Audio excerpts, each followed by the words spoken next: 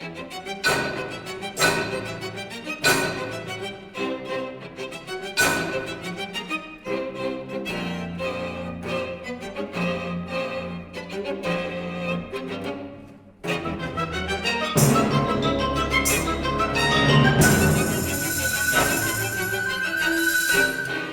name is Elliot Miles McKinley. I am a composer and host of a web show called Composers at Home, Maybe Drinking Coffee. I am also the director of the Alba Music Festival composition program in Alba, Italy, which runs every year, concurrent with the Alba Music Festival, the end of May into early June. Unfortunately, this year, due to COVID-19, we had to postpone and cancel our program. However, the Alba Music Festival is continuing in a smaller online format for 2020. I am very happy to contribute several video programs for this year's online festival to represent the composition program, featuring recent and current performers, faculty, and several of the chosen 2020 composition fellows.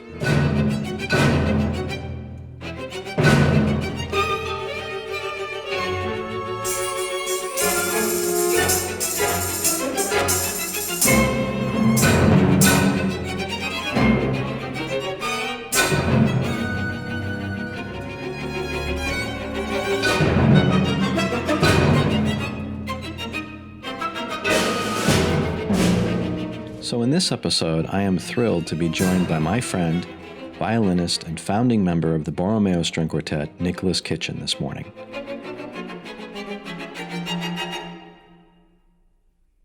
Nick, I've known for many years, and the Borromeo String Quartet was due to be our ensemble in residence in Alba for 2020. They were not only going to premiere and record the music of our Alba Composition Fellows, but they were also going to put on concerts of music by our faculty and also perform Beethoven.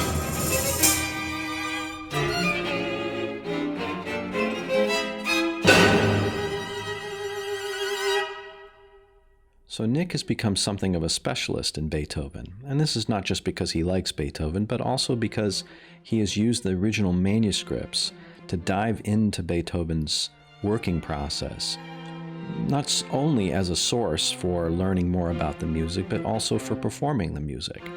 And the Borromeo Quartet actually plays from manuscript when they do Beethoven, and they've extended this to other music as well.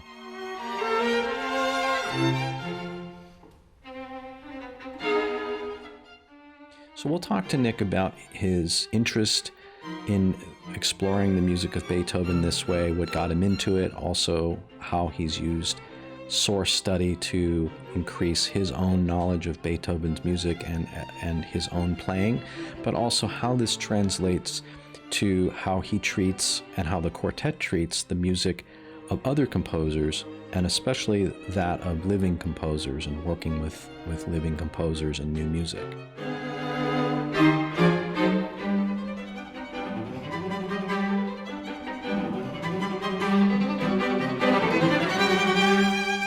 Please welcome me in introducing Nicholas Kitchen. Great. Well, Nick, thank you for joining me this morning in our new little reality of COVID-19. So we were talking just a little bit ago, before we dive into some specifics, we were talking about how we were both dealing with the whole crisis situation that we have in various ways. And unfortunately, one of the things that we have to deal with is that instead of you and I sitting across from one another, al fresco, with a nice bottle of wine, with other musicians and composers in Italy, which sounds like a really rough life. So those of you who are watching at home, we do work. There's a lot of work, trust me, but unfortunately we can't do that, and so we have to do this. This is our I guess plan B. That no one would have seen about 9 weeks ago, I guess. That's right. Something like that. Yeah, and I mean, we were looking forward so much to Of course, there is something that everyone in the world knows, which is that Italy just kind of has an answer that no one else has arrived at about Yeah. life. It's Yeah. kind of amazing, and of course, it's tragic to think of the struggles that they've had in this Mm-hmm. Mm-hmm. crisis. But Yeah. I think they're finding their way, as we all are. But Yeah. Yeah. of course, we were looking forward so much to sharing that time together. And of course, what was amazing to about um, the plan was that it included such a mix of older music and Mm-hmm. truly new music, and some composers that we've known for a while, Mm-hmm. people like Derek Rimmel, Mm-hmm.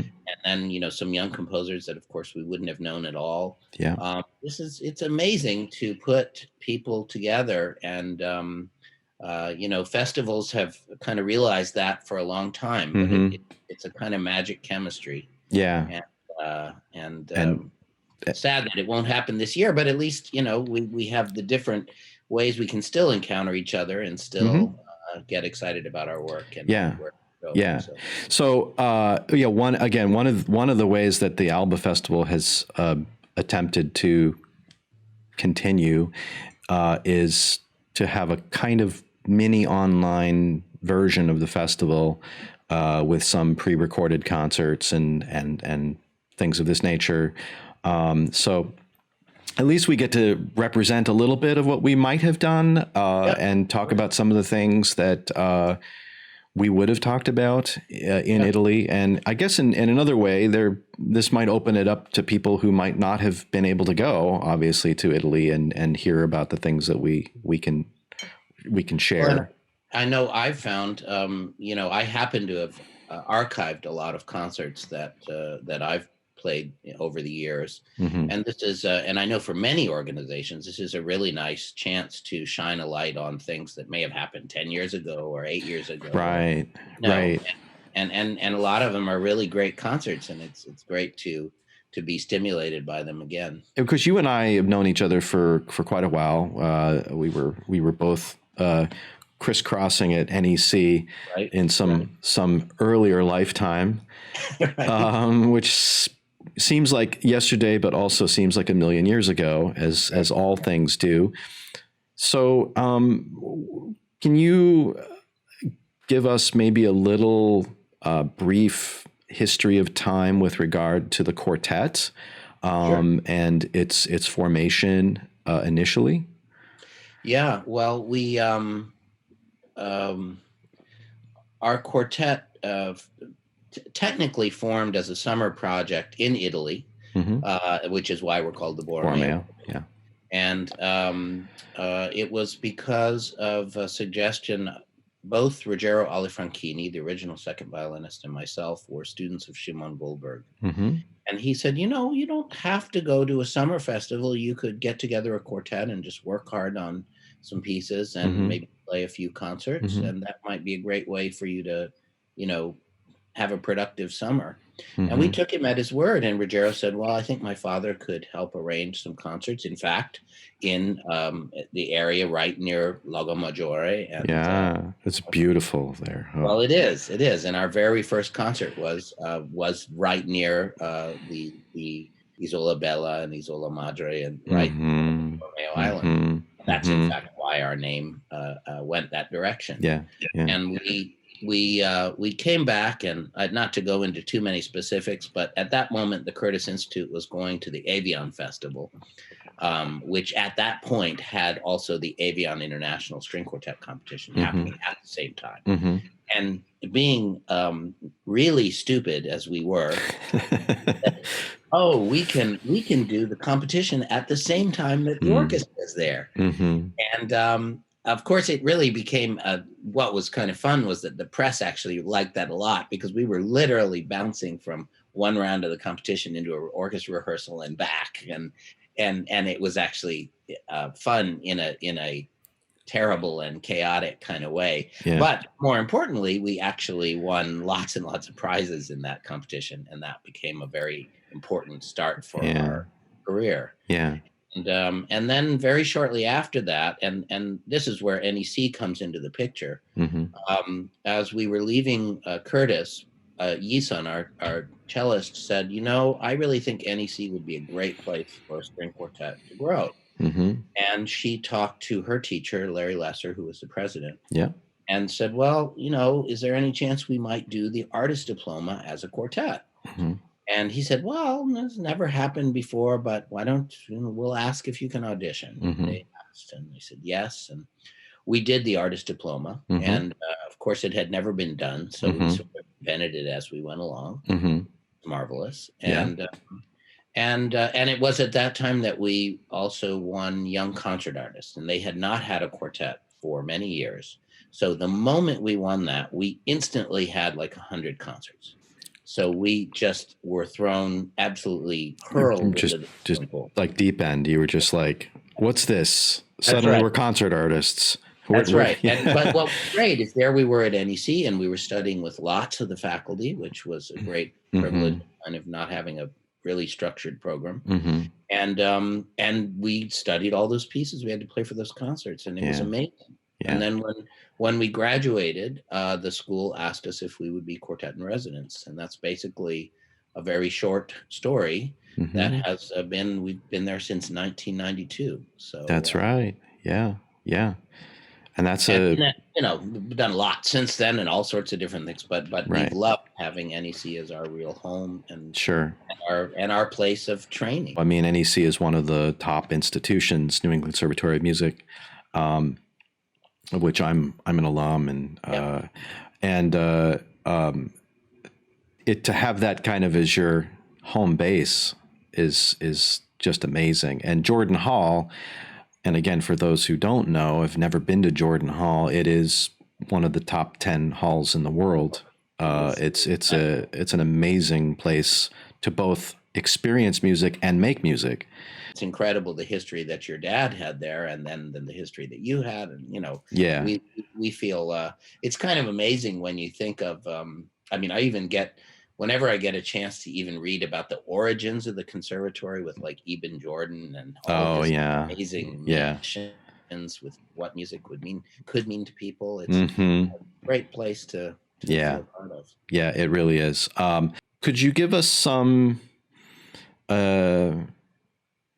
maybe path through what the ensemble's perhaps musical objectives have been and how they've changed over the last 25 years? Sure. I mean, it is. I mean, it's not that any group would probably say something similar. But I do feel like we managed to find, I mean, we're seeking to have the character of the music come to life. I mean, that's a obvious thing to say, but that's what we're seeking.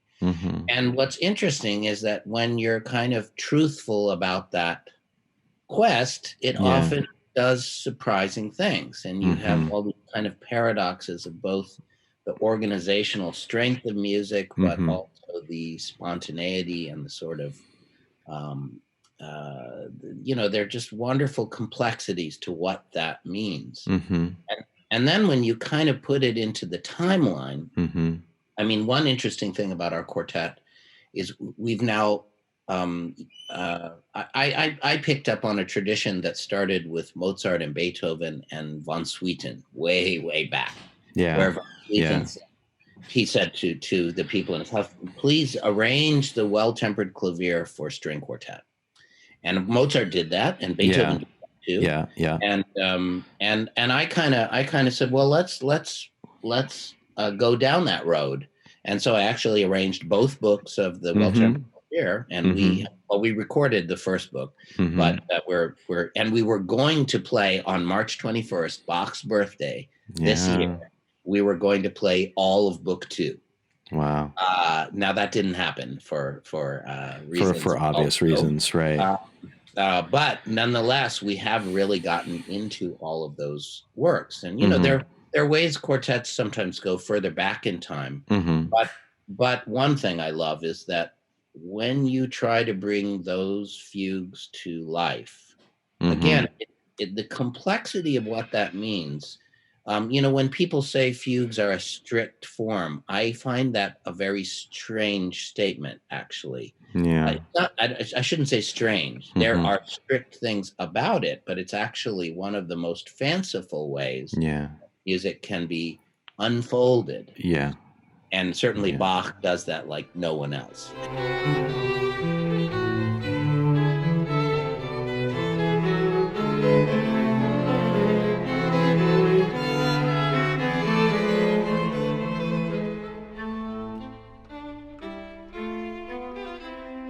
Contrast that to what we were planning to do at the Alba Festival, Hmm. where you're really, um, you may be dealing with experienced composers. Like, it Hmm. happened. We worked a tremendous amount personally with Leon Kirshner, Yeah, that's and right. and we worked on his music, but we also worked on Mozart and Beethoven, Hmm. uh, and that was really really interesting. Mm. um, of course, an amusing this is just an anecdote, but it was really funny when we played the first string quartet, because we said, well, no, you really need to do the sforzando there, and we said, well, Mr. Kirshner, there isn't a sforzando there, and he said, but yes there is. Oh yes there is. And we showed him, and there isn't. And oh no, yes there is. and and I just kind of loved the way that I mean, it was very funny, of course, Right, but right. at Kind of the a, same time, it it points out how definite, but also how changeable it is yeah, when music is kind of finding its way. yeah, Uh, yeah. and of course, to see young composers do that, they know part of it. Hmm. What, like, there are some cases in music history where we have like the Brahms B major trio, and you have the version that he wrote when he was really a young man, Right. and then the version that he completed near the end of his life. Yeah, And of course, the interesting things is that some of the greatest ideas are totally intact in the first version, yeah, yeah. complete. But a lot of the connecting tissue and how he handles it and how he proportions it Hmm. is frankly not that successful in the first version, Yeah. and is absolutely masterful in the In second this, one. right, as he's gotten more experience with handling time and unfolding the ideas. Yeah. And so I think when we're working and when we see composers working and we're dealing with, so I said we happen to have this wonderful chance to have Bach as a kind of even more of a bedrock for us Hmm. than it Hmm. might have been otherwise. Yeah. Yeah. And that's important, because certainly when you get into Beethoven, you realize that those 96 pieces of the Well-Tempered Clavier were Hmm. like literally the blood in his veins, kind of. Yeah. Yeah. That was like the life force. That's right. Yeah. And with that same combination of the strictness of it, but also the fantasy of it. Yeah. And so, what all that boils down to, you were asking about kind of the somewhat the identity of the quartet. Yeah. I just think we love the fact that for us and for other groups, that are really great groups. I Hmm. mean, we do our best to be as great as we Great. can Yeah. be. Of course. Yeah. We're all finding that set of surprises, that Mm. funny mixture of Mm. creativity and predictability, Hmm. um, which is I don't think anybody can quite define it. If you go Hmm. too far down one path, it doesn't Yeah. really work. If you go Yeah. too far down the other path, it doesn't really work. Right. Really wonderful pieces of art are really somewhere right in In between them. between. Yeah. Yeah. Exactly. As I remember, and still to this day, you're interested in uh, not just doing one thing. That's right. Yeah. Yeah. And I'm not, I maybe didn't, it's hard to articulate it well. Hmm. Hmm. But I just find, I love how the minute you look really closely at something, it's always full of surprises. Yeah. And, Yeah. and that's just this wonderful thing that I think that's how we can keep I mean, we build relationships with new music, Mm-hmm. but of course we can nourish the relationship with this truly great music of the past for lifetimes. Right. Besides the obvious reason that Beethoven wrote, some of the best quartet music in the literature, what drew you into Beethoven's world to the extent that you wanted to travel down a path of really research, and bringing something different to the music, rather than just going off of what would be the urtext? Yeah. Or the urtext that we're accustomed to is a great achievement in and of itself, but it happens that our dialogue with sources has kind of added a new layer to it, which has been pretty exciting. And that's basically coming from the manuscripts. Right. that have been- When you first thought about going into the manuscripts, was that because you wanted to see if there was something there that you could learn more initially? I mean, how was it? Was it both musical curiosity and performative, or what, did it start out one way and then sort of morph into another? Well, one irony here is that my mother, besides being a professional violinist and founding a school, very involved in music, she actually it worked with Shakespearean sources and trying to sort out some of the interesting. puzzles of Shakespeare. Yeah. So I would have never even thought of that, but in hindsight, I realized that I've end up doing something a little bit related to what she did. And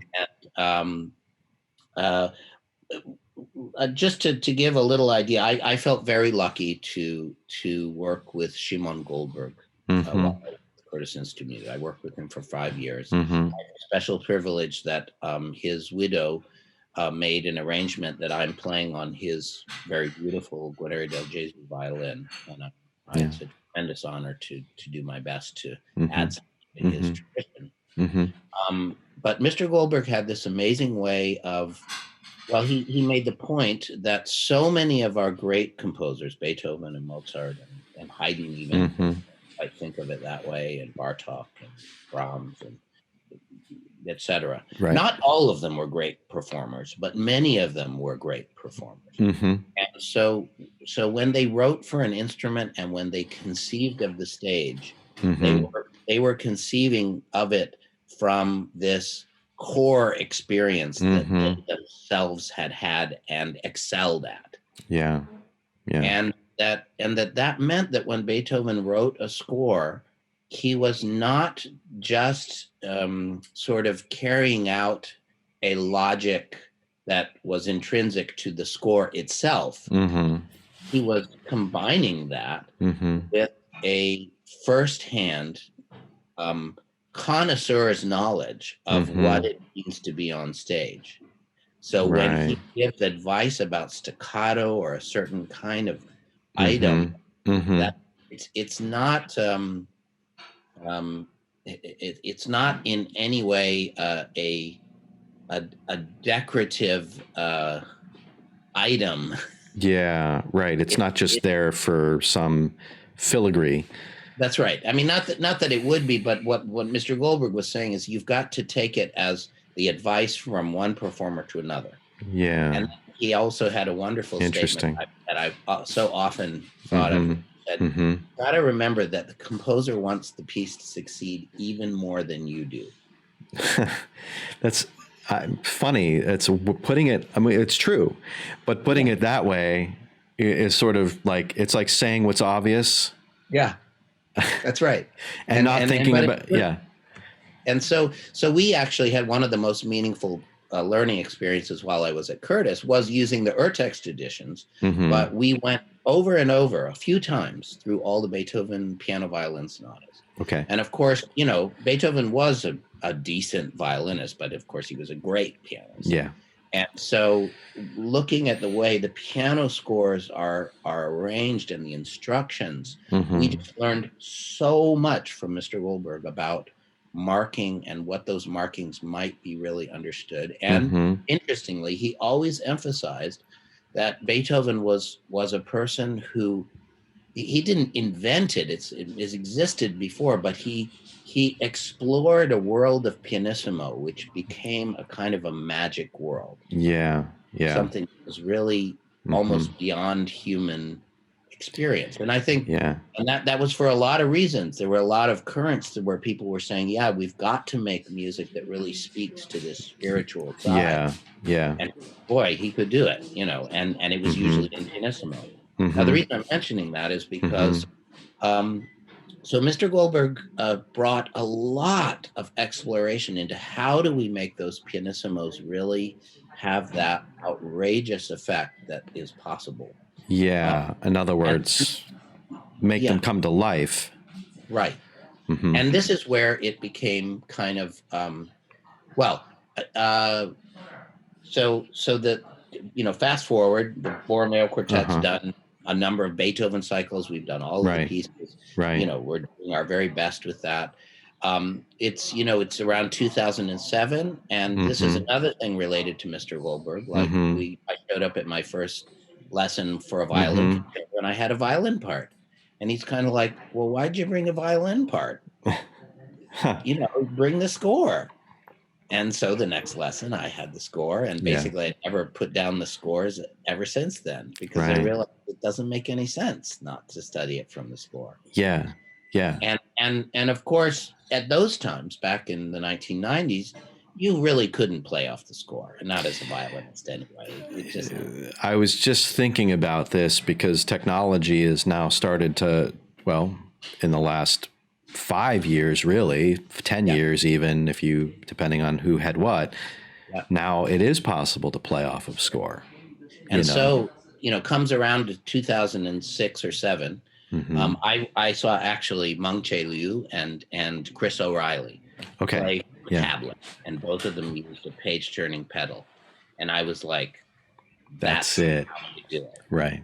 And actually, a month after that, I've started playing from the computer from the score, and I have never done anything since then other than and very quickly it kind of spread to the rest of the quartet. And for us, that it's such a transformation to go from working with parts to working with the score. Quartets are famous for arguing with each other. They feel very passionate. Oh, it's got to be this way. It's got to be that way. Inevitably, and it's kind of like my way and your way. And of course, because they care about it so much, they get even more. Yeah, right. At fisticuffs, practically. That's right. Yeah. But interestingly, the moment everyone's playing off the score, that really profoundly changes. Because you start to kind of, it's almost like, people talk about cloud collaboration. Well, everyone looking at the score kind of becomes cloud collaboration, because you're kind of all searching for a logic, and you start talking, well, we could speed up here, or we could kind of pull it back there. And it stops really being, well, I want to take time there. I really think we have to. It's more like, well, that could be one way, and the other way could be one way. And it becomes a lot more fun to try it, because you kind of see how it all works. And what also becomes so clear, sometimes groups will be like unifying a bowing, but the second you look at the score, you often, with Beethoven or Mozart or Haydn, you realize, no, actually he marked different articulation. Different part. We should not unify our bowing. We're actually going directly against what the right. But and oftentimes, these really, Beethoven for sure will have very distinct markings for the different parts, dynamics and articulations. And when you don't, it's not that you don't learn that eventually. You eventually do. But when you're working with the score, everyone sees it right away. It's not something that has to evolve over a long time. So you can use that extra time for a very different process of taking it further. Again, it's a kind of an exponential increase of the quality of information that you're talking about. Now, all of this, by the way, is leading towards manuscripts, because So it became our way of working as a group, and people credit us as being the first people that did this, and I wouldn't be surprised if we really were, Mm-hmm. because we were doing this as our total procedure in 2007. Yeah. IMSLP, which by the way came out of New England Conservatory of Music Mm-hmm. by the invention of Edward Guo, Mm-hmm. who's done such an incredible thing by inventing that and figuring out how to do it legally, Mm-hmm. which is and on IMSLP was the manuscript of Opus 59 number 3, which is I think a piece we may have been planning to play. I think yes, I think so. Yeah. And so I downloaded that manuscript, and we were coming around to rehearse it, and I said, well, why don't I just read it off the manuscript? This was just kind of try it out. Curious. Yeah, just try it out. Yeah. And instantly, it became incredibly fascinating, because they're a little bit like an archaeologist, going through a 3,000-year-old kitchen. You immediately start to see how the cooking was done. Yeah, right. You see that where the crossouts are, where the slurs are changed, where a whole section is eliminated, where a new version, where a part is switched and put in another place. In particular, in that piece, it's often fun to show the audience there are 3 different transitions to the last movement, and they're a little bit like the porridge too hot, porridge too cold, porridge just right. The first version is a 3-way canon, so it's very complex. Yeah. The second version, he says, no, forget about all that. I'm just going to have 2 beautifully voiced chords moving in. Yeah, right. Zen version. And then he eventually says, no, I'm going to just do something right in between. I'm going to have 2 voices going up in thirds, answered by 2 voices going down in thirds. And that's the one he chose.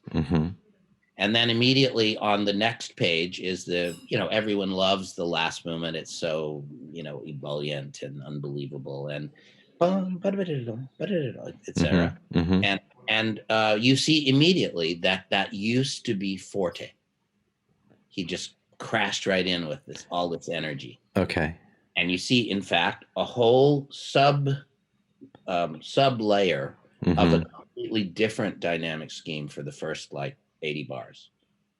And then you see him systematically cross out that whole layer. Yes, he was famous for that. Well, that's right. I mean, already just that first minute of looking at those manuscripts, you see, oh, wow, this idea, he was just so secure about it. He knew exactly what it was going to be. Yeah. And it unfolded, no problem. And then the next page, there's some parts in the second movement where he crossed it out so many times that you can't really quite see what's going on. Yeah, interesting. But I'll tell you something about Beethoven, even though he's famous for being messy, and he is. But if he really messed it up, he puts the note names. He just writes them in letters. Right. So you never don't know what the notes are. And so, there was kind of no turning back from that opportunity. And I only had that manuscript right at that moment. And I gradually, if I had the opportunity, I went over, I've been good friends with Lewis Lockwood, and then eventually Jeremy Yudkin, both from the Center for Beethoven Research. And, they would help me and advise me how to find manuscripts in libraries and request them. And so I just kept doing that. And at this point, I would say there are very few works of Beethoven that there's a whole set of things without opus that are the giant, but of the known works, I've pretty much seen the manuscript for, I would say, 85% of them. I remember one student was looking at 132 together with me, and we were looking at this big, super dramatic D sharp that whole group plays in unison. And she asks me, what's that FFMO? And I really Just didn't know. And I kind of looked at it, and sure enough, on all 4 parts, it says not just 2 Fs, but FFMO, and then FFMO, and then FFMO, and then FFMO. Okay. I was like, I don't know. I don't know what that means. And but for whatever reason, that was like a trigger. All of a sudden somebody says, "Gosh, I'm seeing a lot of the color red," and then all of a sudden you'll see the color red everywhere. That was like a trigger, and all of a sudden I noticed something that I had kind of noticed but just hadn't really paid attention to, which was that, especially in the soft dynamics, he seems to employ this system where he doesn't just have piano, he has piano and then piano with one line on the stem and then piano with two lines on the stem. And by the way, by just kind of correlating words to the music, the mood, I think what those lines mean is they are basically denoting emotional intensity. So one line is more intense. Yeah. Two lines is a lot more intense. Okay. Yeah. Yeah. But he doesn't stop there. He does piano and then one line and then piano two lines. Then he does pianissimo, pianissimo one line, pianissimo two lines. And then he has two polar opposites, one of which I just mentioned, which was FFMO. Right. And then he does the PPMO, which is the opposite. Okay. And that kind of means like this is super important. Yeah. Yeah. Super. Yeah. And then, of course, crazy as Beethoven is, you have triple piano and then triple piano one line and then triple piano two lines. And by the way, these come in unbelievable, that triple piano two lines, like some unbelievable spots. Like in the Missa Solemnis, just when Christ has died and he's gone down and he's he suffered and was buried. And there's this moment when everybody should jump out of their chair where he says, and he's resurrected. This big moment, right? The moment right before that, the violin is on the open G string, the lowest note, and there it is, three Ps with two lines, just at that moment of suspense. So her question all of a sudden made all of this visible, like a deck of cards turned upside down. Yeah. Yeah. It's like suddenly all this information now comes to light. That's right. Yeah. And of course, then, I joke that I at that moment got manuscript fever because, more or less I would bring this up to people, serious, very serious scholars. And they would kind of say, well, nobody's ever talked about that. I don't know. And I mean, they're open-minded about it, but,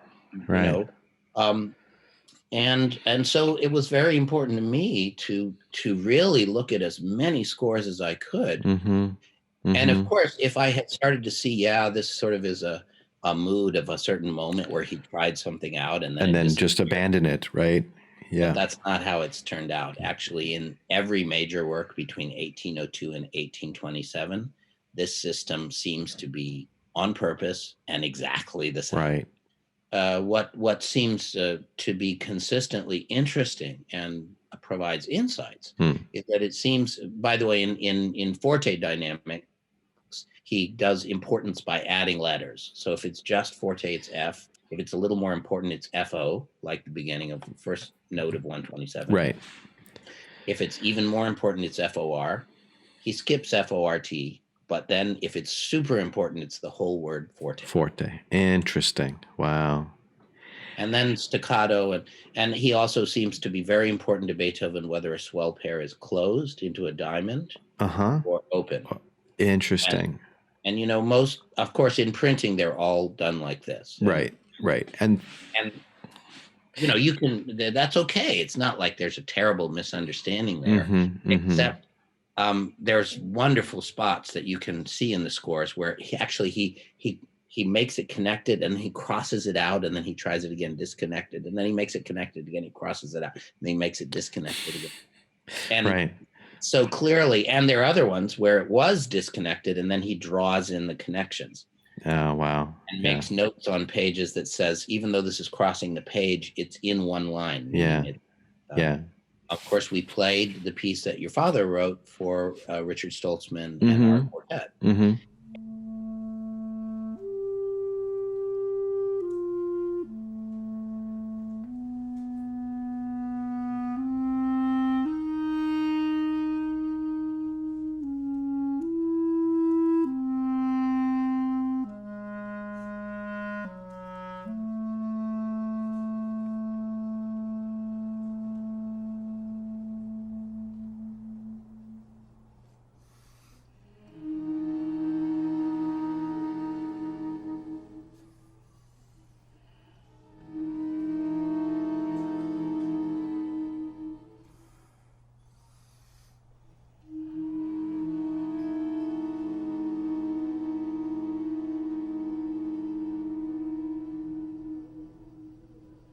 one of the elements in that piece was that your dad would seem to do something related to what like Beethoven was doing, but tended to do it by how many fortes? Yes. So Yes. he, no hesitation marking 4 fortes or even 5 fortes. Sometimes with an S on it.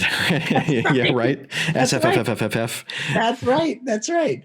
Even though Beethoven was very demanding and famous for being, outrageously demanding, chances are he was also a rather realistic person in that he knows, no, if I ever want this to actually get published, I've got to, stop somewhere. Gotta sort of pull it back a little.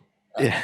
And he also may have, there may be a way that he thought of these markings as a very sophisticated kind of language among himself and very close friends, but maybe not even considering it relevant to standard players. I don't, but you see, I actually don't even want to try to figure that out. Yeah, right. All I want to do is just say at this point, the overarching effect is that nobody's paid attention to these markings. Yeah. And that may be right or wrong, but my point is let people see them. Yeah. And they'll see that it's in his hand.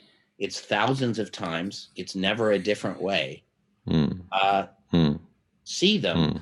And then, we'll all argue about what it means. Right. I want to connect this to your work with contemporary music and living composers, and also how this might inform not only your approach to interpreting music by composers that you can just call up and say, hey, what did you mean by this? but also what you might also impart to those composers who have yet to be writing music for string quartet or just in general, right? In terms of like their own practice. I am often frustrated with the fact that our notation system, for all of its precision in some ways, is lacking tremendously in other ways. And so, and so I can sympathize very much with Beethoven because he was trying to find the stuff between the cracks. That's right. In his, in his way, that maybe for him in his mind, he was just putting it down there because he wanted it to be there as information. Right. How it translates to a part or a score in a published edition, a whole different matter. But music, as you know, there's so many more nuances and gradations to how you can play your own instrument and play one note that the notation system doesn't. It kind of is very coarse. It kind of slots you into various spaces and doesn't allow for a lot of in between. And so that's where performers come in, is to look at the music and then try to find the stuff in between, and to varying degrees of success, depending on how much the performer knows the music or knows the language of the composer or is willing to put the time in, how that works. And so now connecting the dots, like how does your work inform other work where maybe you don't have the manuscript, or either be it composers who are not with us anymore, or those who are with us? Do you have some? Well, way? I mean, it's really interesting because hearing what you're, hearing you talk about it from composing, as a composer, and in a sense that feeling of the limits of what is possible to put into that, into the notation. And it does seem like Beethoven was pushing that envelope as far as he could push it, which was, pretty typical of him in all respects. Yeah. But what I do find really important is that we feel this, you listen to a Beethoven piece and it has this kind of miraculous inevitability about it. It's just like sort of feel odd, has to be that way. Yeah. But of course you look at the manuscript and you realize it didn't have to be that way. not at all. Yeah. And that, in fact, it may have been wildly different before he guided it into the path. And particularly like in the harp quartet, slow movement, which is such a gorgeous, expressive movement. The second half of the movement, if you look underneath the scrape outs, there's an entire second set of dynamics for the whole end of the movement. Very different. And then you see clearly that he scraped them out, and then we have something which is the one we take. But like for students, for example, it's so important for them to see, wow, Beethoven is not like some marble statue that just dropped out of the cloud. Right.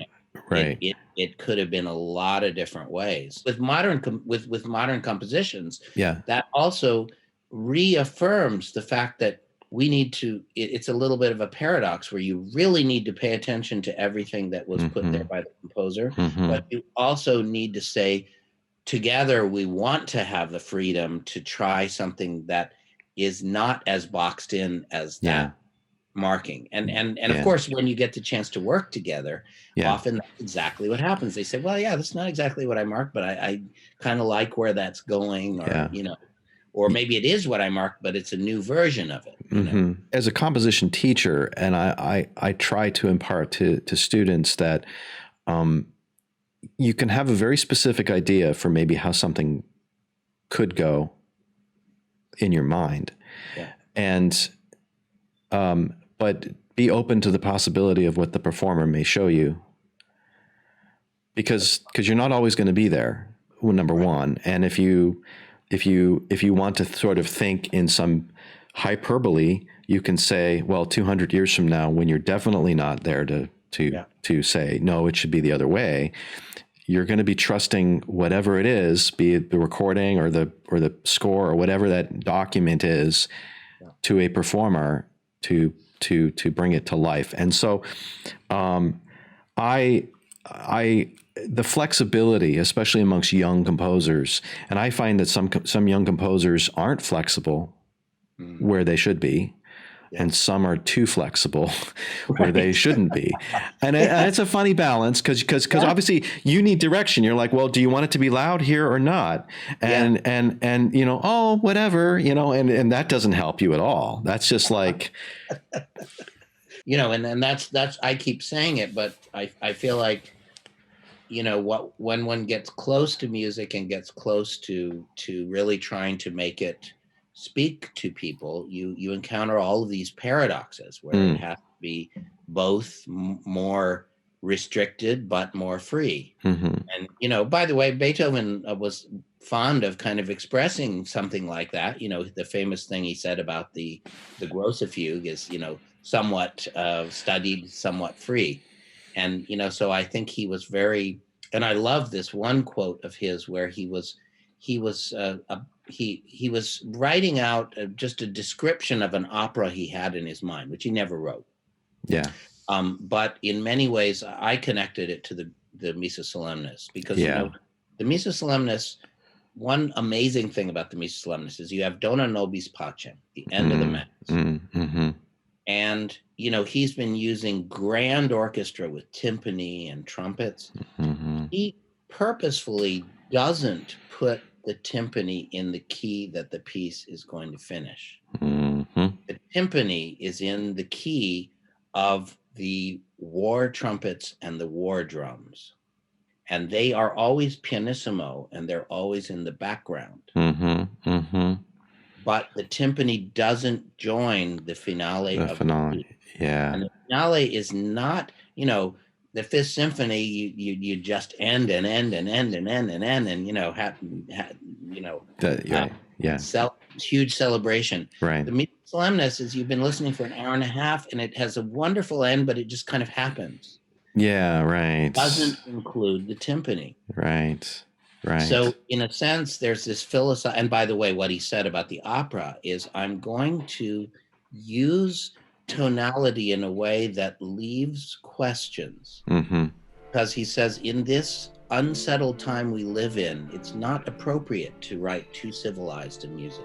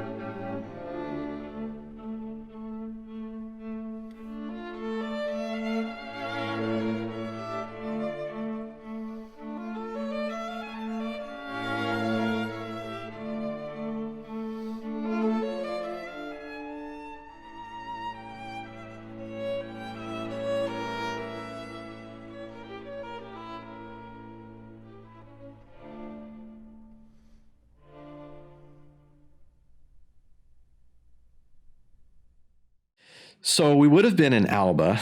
So kind of a role. We would have been together in Alba, and this would have been like an amazing dinner conversation.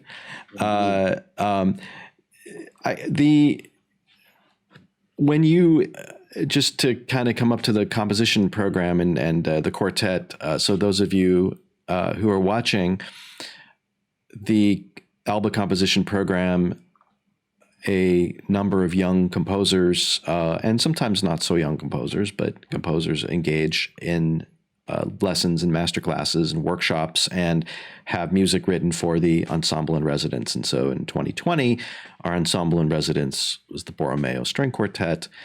And unfortunately, because of COVID-19, we couldn't make it happen. So these young composers up until the beginning of March or so, they were all writing music and had most of them had wrote music.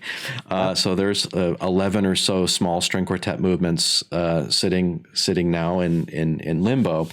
How would you have come into the week, and how would you have come in to engage the composers and to bring this music? Because unlike, say, maybe Beethoven, where you may have a very long time to sit with the music, and of course we've got a number of recordings and all this stuff, here you have a piece that might have written 5 or 6 weeks prior to you actually landing. Oh, yeah. I mean,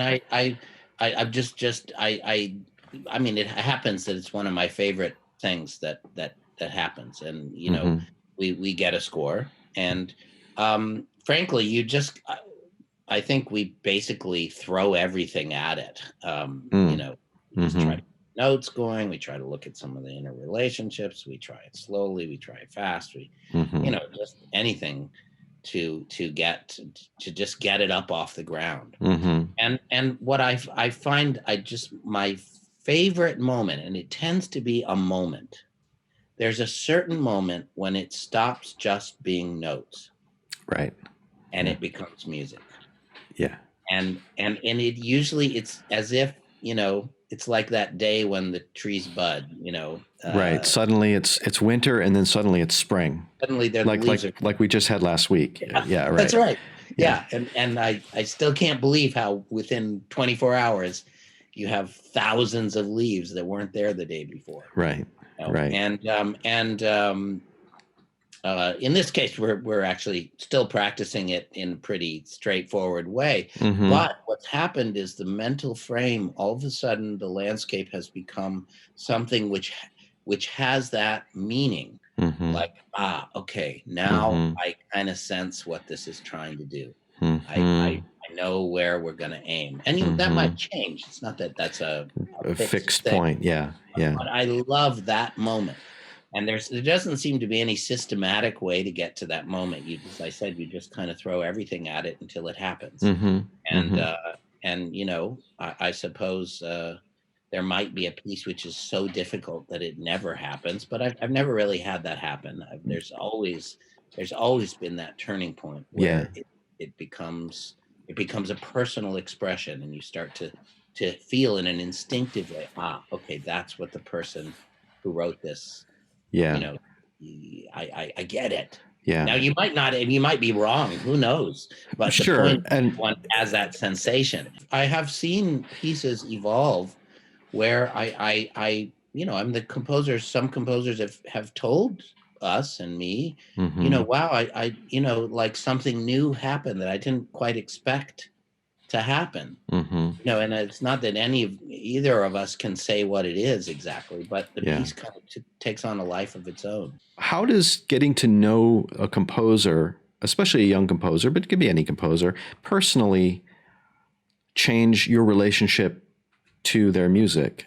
Does knowing the person and having an understanding of who that person is help at all in that process? Or is it kind of like, say, the person and the music might exist in different orbits?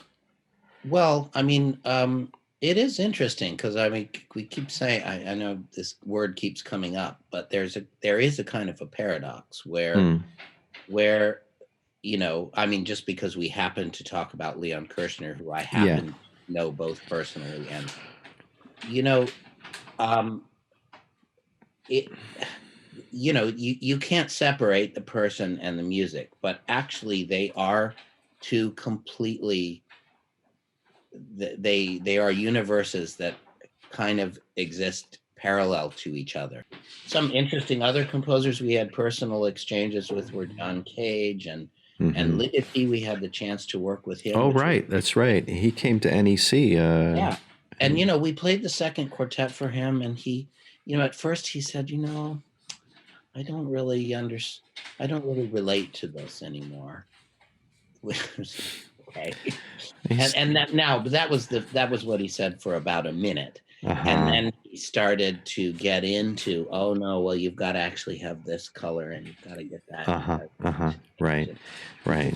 you know, and then of course it happened that what he wanted to talk about was Schubert, which we also played. Yeah. And of course he was so passionate about just but there's this weird way he was looking at both of those musics and feeling all sorts Mm-hmm. of things about the music.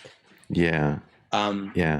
But it wasn't exactly personal what he was saying about his own music. It was just as personal as what he was saying about Schubert. Schubert. Yeah. Let's talk about another living composer that you've worked with and would have worked with and was our composer in residence for the program this year, Derek Rimmel. Yeah. And so Derek, it's interesting because we come at it from two different ways. So I was at the University of Michigan, and Derek was a classmate of mine. He and I were both pursuing a master's, and Derek stayed on and got his doctorate. Yeah. And so I wrote music for Derek. He's a fantastic clarinet player. Yeah. Yeah. What's it like to work with a composer who is also a performer, and so you are in that role of sort of both interpreter and sort of musical colleague in the trenches, as it were? Well, it's funny because I mean, I played the Copland Sextet. I think was the first piece I played with Derek. Mm-hmm. And and long before getting to play any music of his. Mm-hmm. And it was just so funny. I remember I had this elaborate way of marking the sort of what I saw as the inner structure of the rhythm for the Copland, and I remember Derek looking at the way I marked it. He was kind of like, "Oh, that's really interesting." Right. And you see, that's so funny because again, that's relating to Copland. It's not relating to his music, Right. whatever. Right. And we also did a piece by John Musto. We did, so we actually did a lot of other composers' works together before actually getting the chance to do a piece of Derek's. And a piece we did a lot was the piece for viola and string quartet, Soul Garden. Yeah. And that I think that's where I got closest to his music in particular. Mm-hmm. We also did a sort of a blues quartet movement that was really fun. And I know, of course, we were hoping to do this very interesting thing where he took, Opus 135 and kind of blew it up into did something to reality. it. Yeah. Right. And but Soul Garden was where I think we got really got really deep into. And again, it's so true that it's really hard to put into words what's going on. There's this very strong presence from Derek, and I can kind of, you can feel how he just wants a certain kind of energy to come out there. Interestingly, I've never felt like he's particularly trying to put that into words, but you kind of know what getting at with it. And then even in terms of playing, he's showing it, and he's showing it very effectively. He plays wonderfully. But I do find it interesting that they used to say how Bartok, just is a funny thing, he was so brilliant as a pianist. But apparently when he would do a really difficult passage well, he would sort of erupt in laughter because he was just so happy he had done it well. like he had made it, right? He got past Right. that, right? Yeah. And so what I mean is I do think, and maybe that's what Mr. Goldberg was pointing out, that it's very humbling to try to play well, no matter where you're coming from. Absolutely. And so I think it's interesting to share that. And obviously you see Derek brings a, extraordinary set of skills to everything he does. Yeah.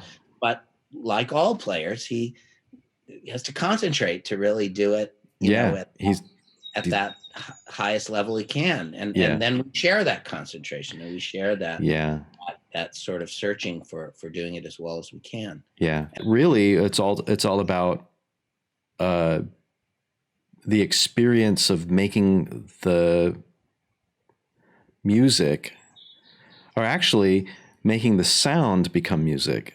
That's right. Because music is beyond sound. I mean, the sound is there, and then the music is how we engage with the sound. Right. So, be it as an interpreter, performer, either the composer, or audience member who is also in that shared psychological space. That's right. We're all sharing that space together. It's a communal activity, in which is fascinating because it's almost an imaginary communal activity. That's what makes live performance so interesting, is because live performance has that chance that you don't know what's going to happen next, even if you know what's going to happen next, and you're all in it. You're all in it together. And I was also pointing out that, especially with new music, that might be unfamiliar to the audience, is that if it's brought to the audience in a way with conviction, you can sell almost anything to a listener. Yeah. Can I tell you something I tell my students a lot? I say, the audience listens to what you listen to. Yeah. And if you are listening to the drama and the beauty of the music, and of course, if you've found that and that's what you're listening to, they hear it too. Mm-hmm. Yeah.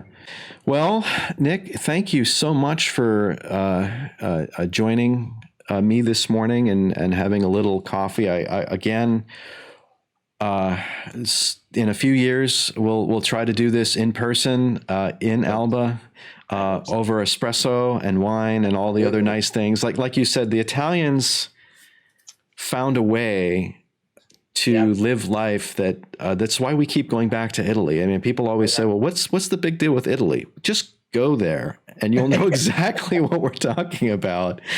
There's just nothing else like it. And so to make music in Italy is like a pleasure of infinite returns. Yes. Well, but it was wonderful to talk this morning, and really it's such a pleasure.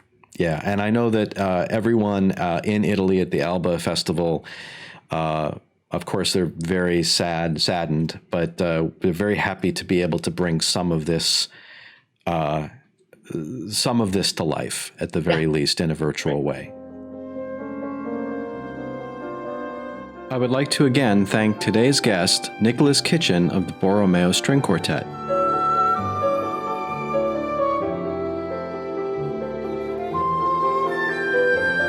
I would also like to thank Jeff Soberschlag, Giuseppe Nova, and the entire staff of the Alba Music Festival Composition Program for making this festival such a warm and welcoming place for all of our program fellows, faculty, and guest artists over these past 5 years. We look forward to next year, when we surely hope we can all be together again in person as part of the 18th edition of the Alba Music Festival and the 6th edition of the Composition Program.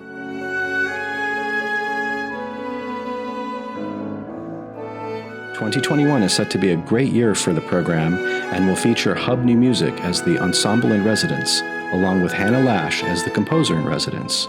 Our distinguished faculty includes Mary Ellen Childs, David Post, and J. Anthony Allen, who will also run an electronic and electroacoustic mini course that will run concurrently with the composition program.